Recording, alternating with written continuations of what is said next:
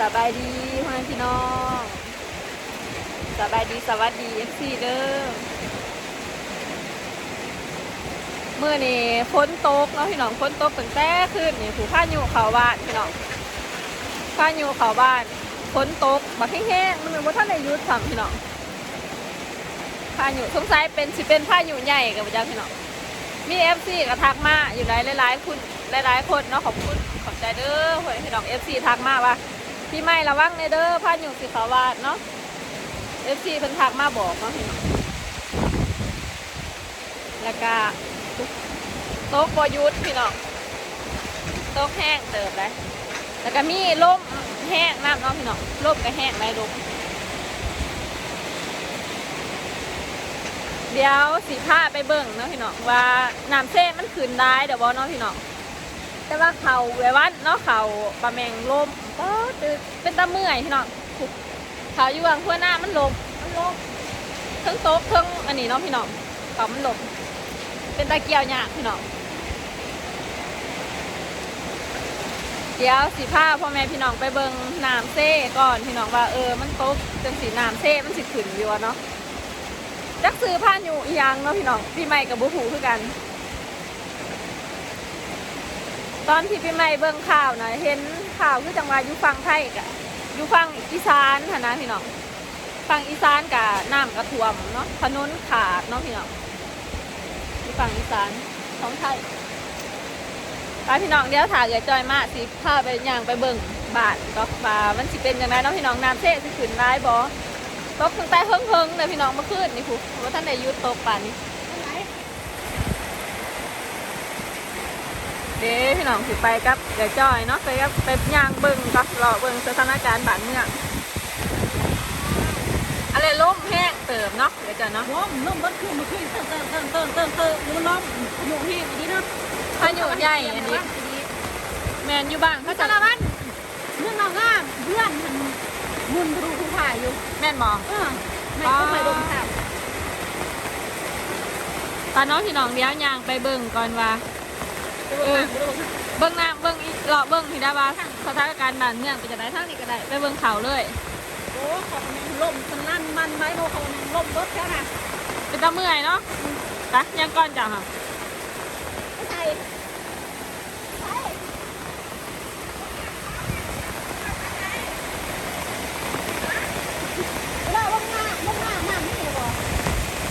ปลาแมงเราเหมียนทองเนาะเขาปล่อยเชือก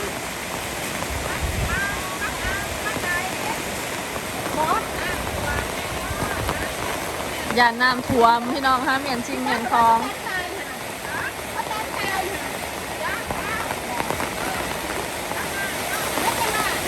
ใครตายก็เหลือจ่อยนี่ไอโซนะคะอะไรแล้วเป็นอย่างอ๋อเมื่อยบ้านนี่ก็ต้องไปขึ้นนี่ต้องมอมขึ้นนี่ก็ต้องอะไรซ้อนต้องแซดเขากลุ่มเด้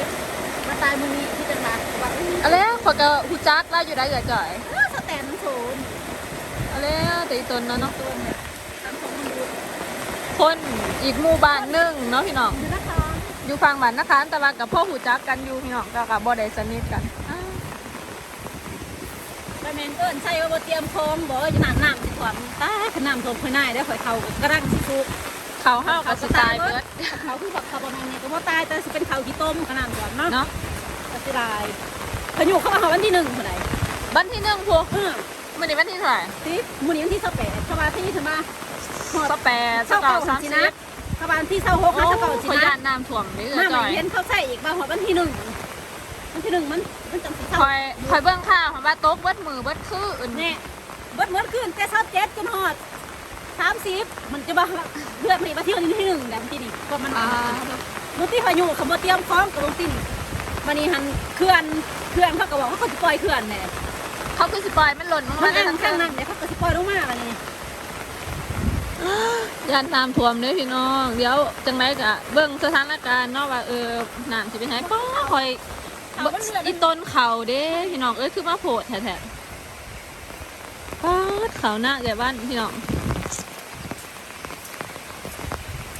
โอ้เห็นเขาแล้วก็เมื่อยพี่น้อง แต่ว่าปีใหม่ว่าท่านได้ออกมาหน้าสามพี่น้องว่าท่านได้เบิ่งเขาตัวเองเนาะว่ามันลมหรือมันบ่ได้ลมเนาะ น้ำแช่ดูสิ ป๊าด มันตกลงเล่นน้ำใส่เครื่องอะไรมันต้องแช่ก่อนเนาะ โอ้เสิได้เขาเด้พี่น้องป๊าดยังกับพี่ลึกบ่นะคันมันลมมันบ่แซ่น้ำค่ายอยู่ดอกเอือจอนี่มันแซ่น้ำ แต่ว่าคันมันบ่ถ่วมมันเกี่ยวง่ายอยู่มันไปแถวเดียวกันเด้ เออ เนาะขนาดบ่ถ่วมมันก็ไปแถวเดียวกันก็เกี่ยวง่าย ลมแห้ง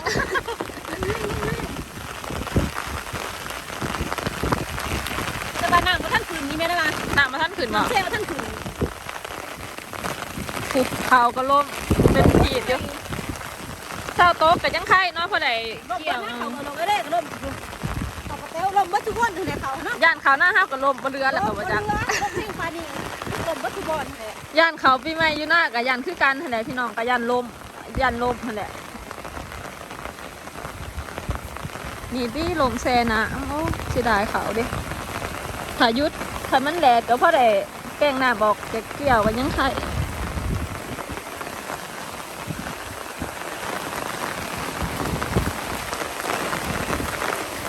อาจคลิปนี้อาจสิได้ยินเสียงฝนในเด้อพี่น้องเสียงฝน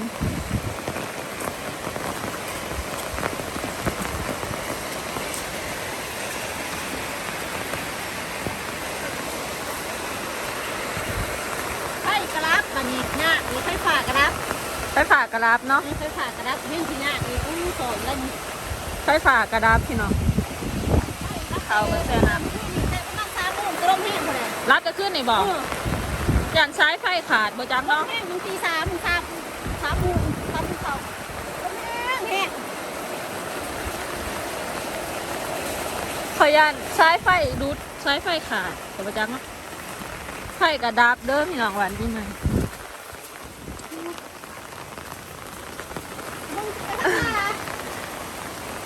ก็จะทำมาสิไปไซเนาะพี่น้องไปหาเลาะเบิ่งสถานการณ์บ้านเมืองเนาะขอยมาขั้นวันที่1ตกวันที่1อันนี้โอ้หวังอันนี้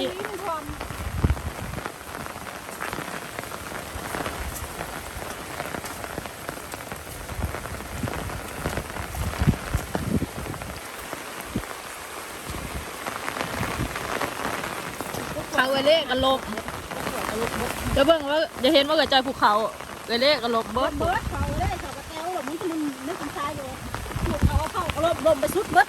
ลมสุดเบิดมาแต่เขาผู้ใดซุ่มซุกเนี่ยเนาะ กระบะคันตัวมันทะเลชุกทะเลถอมันบ่ล้มมันหลบจากทุนมันถอก ตัวใดได้ถอกแล้วก็ลมหน้าพี่ใหม่กระถอกคือกัน ลมว่าทะเลมันถอก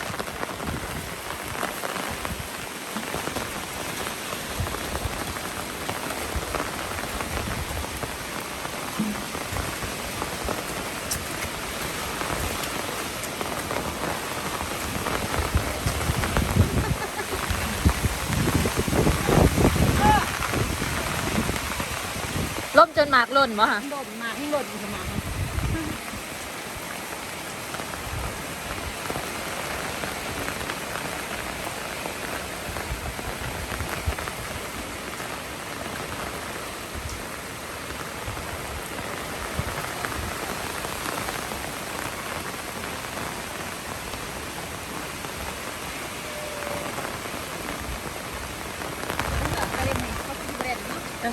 โมมีไฟแลนด์เพื่อแล้วลมแห้งกันไหนเนาะ เรียกมาส่งนุ่มวนมาแต่เสาจนหัวชั่วโมงกว่า เป็นยัง พายเรือบ่ได้ โอ้ มันล้มพายเรือใหญ่น้ำเต็ม พายเพื่อคือว่าขี่เพื่อจัก บุ้ เล ย ย เรือการแล้วเอาเรือขามมันได้ขึ้นค่ะ เอาเพื่อใจพาม เรือใหญ่ขามก็รอที่กูไว้เรือในเกิดมันก็ไล่มันหัวไทยเกิดกู มันพายบ่ไรอยู่แล้วมันล้ม รถลาย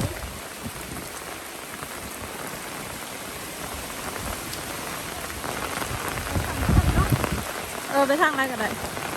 คนทางกับพ่อคนทางเนาะพี่น้องคนทางอยู่บ้านน่ะซ้ำน้ำท่วมนั่นนี่ก็ดีน่ะเพื่อนบ๊อบบี้เนาะพี่น้องนี่เป็นเพื่อนบ๊อบบี้เนาะท่วมแล้วเอือจ้อยน้ำท่วมเลยนี่ น้ำท้อนหม่องมันอ่างมันมีอย่างไร โมยหมองไรเนาะฝนตกมาหน่อยหนึ่งก็ท่วมละถ ทั้งค้างเพื่อนกระถ่วมแล้วเดี๋ยวจะมีกระถ่วม ผมไม่ถูกผมหักกันสองกันสาผมไม่ติด ซ้ำน้ำถ่วมมันเพื่อนบ่มีคนอยู่เนาะพี่น้องเพื่อนหลังนี้มันเฮ็ดไว้แล้วก็บ่มีใครอยู่นะบ่บีก็บ่ได้มาอยู่ถ่วมอ้อมแอมเพื่อนถ่วมปะ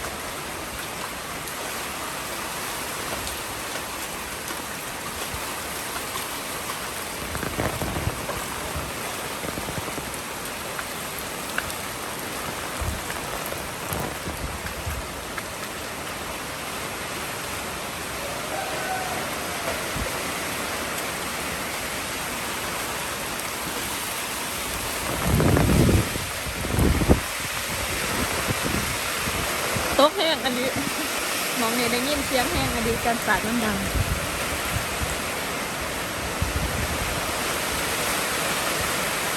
น้ำไปแบบผู้ขาวอย่างขาวลงตัว อย่าหนองพาลนจะหัวเนาะ มีที่กระโดดไม่ได้แล้ว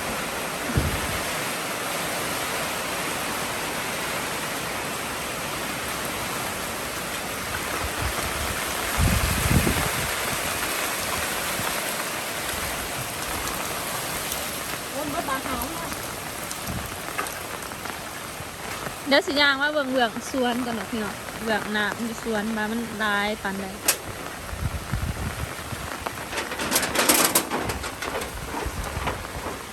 หาคมมด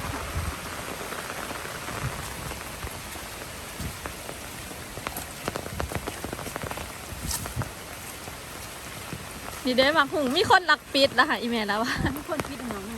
มีคนลักปิดปิดหมา โอ้หนักพวกคนอื่น เด้อโอ๊ยเหมือดน้ำกับบัวลายเป็นไรเนาะเกิดจอยเนาะ นี่มันข้างใน อ๋อไอเบี้ยงแล้วพายเหือข่อยย่อมอันนี้เกิดจอย มึงที่หนาจะลองสิ แล้วสีพายจังไรจะเบิ่งในที่น้ำเทิงลมเทิงอันนี้ กับผู้ที่สมองหนึ่งกูโทษน้ำร้อนท้องเถื่อ แล้วคือว่าบอกให้ไปขามเอาเนาะ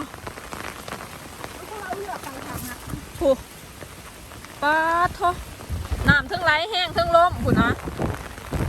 หนาวก็มันแห้งแห้งน้ำลบไปตลาด เออ ถ้าหนาวอะไรแห้งไม่ตี แห้งแต่ว่าจะบังในที่น้ำมันไหลแห้งเป็นแห้งผู้ หน้ามันเดิมมากเนาะมันแบบมันเสาะลงน้ำเซลล์เลยเนาะ ปลาพี่น้อง แล้วมันหน้าเหือกเพิ่งเหือกแล้วปะเข้ามาคืนแล้วก็จอด เพื่อนหน่อยเขาก็ลมเว้ยเจ้าเพื่อนหน่อยเขาผูกอยู่ชายหาด ให้เหือหน่อยเฮา โอ้เพื่อนหน่อยเขาอยู่อันไหนลืมไปลืมปลาทอจังไรเราจังพายมาไหล กระชั่วโมงนึงยังวะ สิโทรบอกให้เข้าไปขาเมากับบ่อเนาะในตัวจริงน่ะมันไหลแห้งแห้งพี่น้องในกล่องมันอาจสิเห็นแบบว่าโบปันไดนะในตัวจริงขนาดไหลแห้งเบิ่งตะล่มผู้นะ ไม่พี่ขนาดมันลบเลยลบเนี่ยกระหน่ำกระดังมานี่เขาประกาศเลยเขาปล่อยเขื่อน อากาศปล่อยเขื่อนเนาะ เขาบอกเขาปล่อยเขื่อนน้ำมันเขาได้เขื่อนน้ำมัน ยันอยู่ทางเทิงผู้นั้นเนาะยันอยู่ทางเทิงผู้นั้นคันปล่อยลงมาจากทางเทิงทางเท่าหนัมันก็สิ เขื่อน ได้ ยังหอกเขื่อนเสี้ยนะหม้อเขื่อนห้องโถง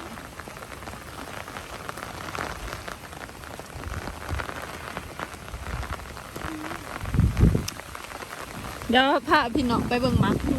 อีกหน่อยหนึ่งหมาคงที่ปีใหม่ปลูกไว้เนอกกำลังเป็นหมา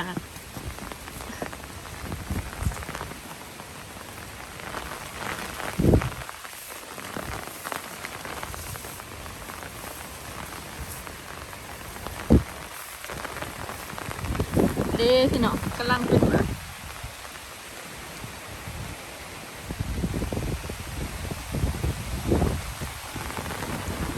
ตอนนี้ก็กำลังเป็น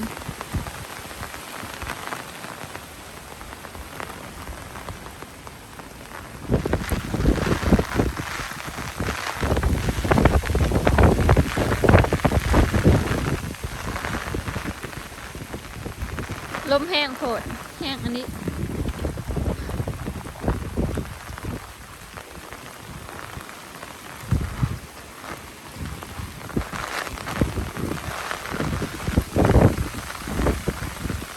ป้าสาด อ้ายปีใหม่นะพายเรือมาแต่ผักนะเรือล่ำนี่เลยพี่น้องเรือใหญ่แหละสมมุ่งหนึ่งพายมาหอดไข่อยูล็อกบอตกไปพูนน้ำทั้งไหลทั้งล่มปานนี้แล้วพายขามาได้จังใดดี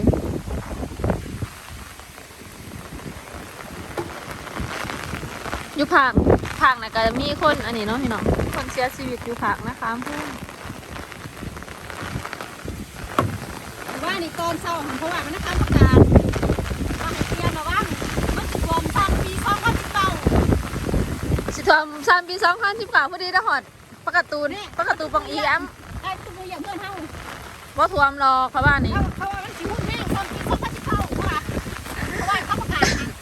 เพราะว่าท่วมก็บ่ฮอดนั่นดอกก็บางปีนั่นมันแห้งอันนี้อันรอหลายปีนั่นค่ะ แค่นี้ก็ได้ประกาศบ้านนี่จะมีก็ได้ประกาศแต่เพิ่มเวลาเตรียมเด้อพายุสิมามึงที่27ถอด29มันรวมพุ่นแห้งหันซ้ำปี2019แล้วว่ะ เออ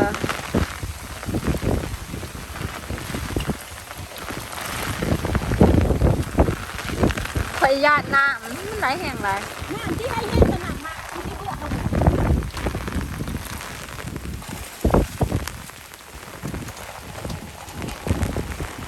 เรียกว่าท่านเนี่ยทำเป็นสนิทเนาะ โมแมนเล่าว่าซาน้ำเพื่อนอยู่ห่างไกลเวียงแต่ว่า เดี๋ยวเราทำน้ำเดือดอะไร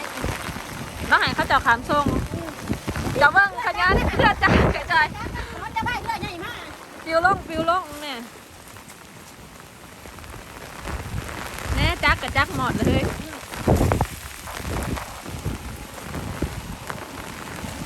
น้ำเลือดจัด บ่ไปเลยกระจายจึงอยู่กับที่มันบ่ไปความลม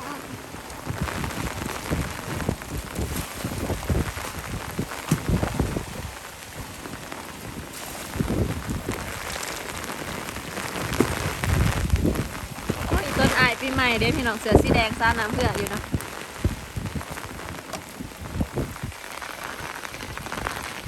เลือดเดี๋ยวเนาะเขาบริเวณเนาะเดี๋ยวเขากายว่านี้ ฝนตกวัดมือเขาจับกับบ่แลนแน่เนาะ ไอ้เฮ้ยสิมาถามจะถามก็ไปหาเอาอยู่เลือดอยู่แล้วนี่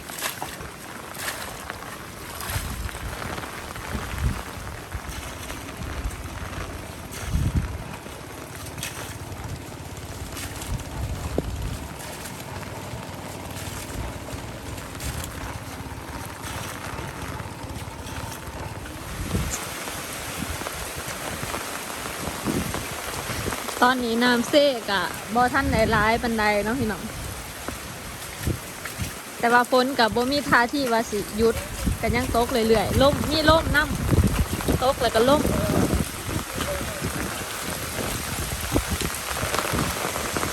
อ้าลม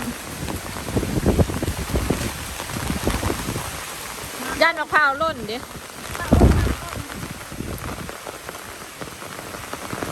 เก็บไปให้แม่เคี่ยวหมากนะ